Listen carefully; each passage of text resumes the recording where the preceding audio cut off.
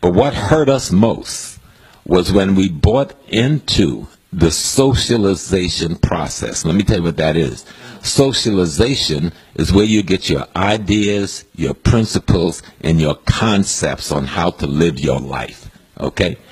What we call integration was white people, so-called white people, primarily Jewish people, who sold us a perspective on life called integration. See, it wasn't just that word. It was perspective on life called integration that said, partner with us white folks and you're going to be all right.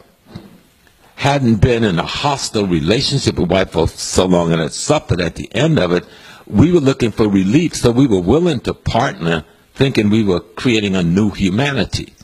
But what happened, we were disarmed in the war. We were disarmed.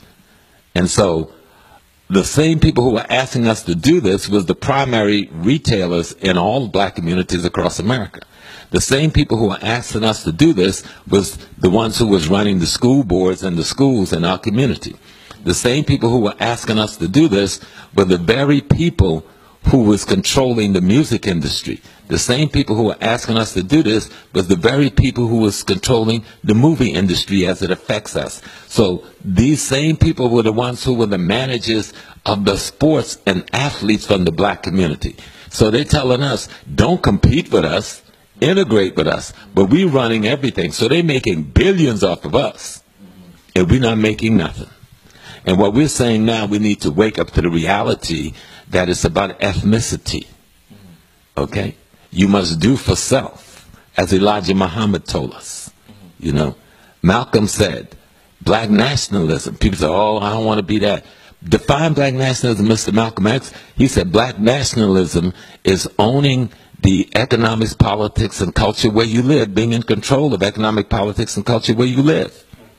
That sounds like Chinatown to me. That sounds like Williamsburg, Brooklyn to me. Right. That sounds like Little Italy to me. So why it can't be Little Black or Little Africa? You know what I'm saying? If we're going to compete with some people in an economic process, we can't play by rules that's different from the rules that make the game.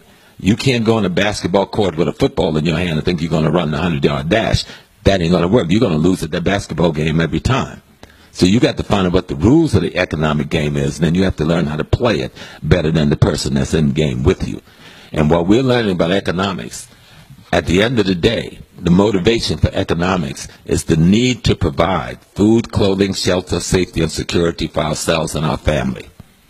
See, we can talk all this other stuff. Well, I got a degree because I want to go to college. I want to be a doctor. I want to be a lawyer. Why? You want to make money. Why do you want to make money? Because I've got to buy some food. I got to buy some clothing. I got to afford some shelter, and I want to provide safety for my family. So that's the bottom line.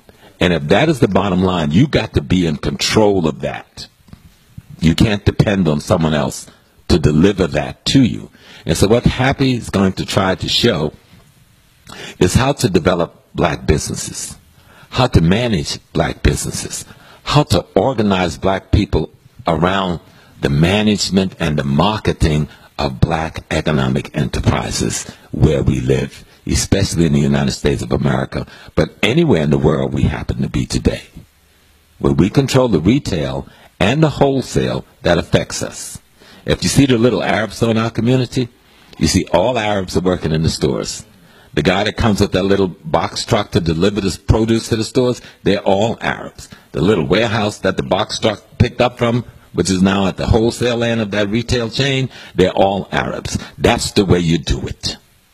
The problem with that picture is the consumer that's giving all those Arab guys work so they can make money and go home and take care of their families are all black folks. You see? And at the same time, we're giving all those consumer dollars to this community.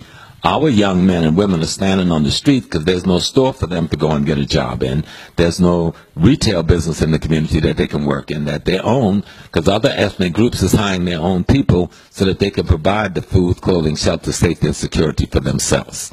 I'm not anti-anybody. We're not anti-anybody. We're just pro-black folks being to feed, clothe, and shelter themselves. And you cannot do this if you're so naive and you're so ignorant. You give the best of your capital away to someone else who's trying to do the same thing for themselves.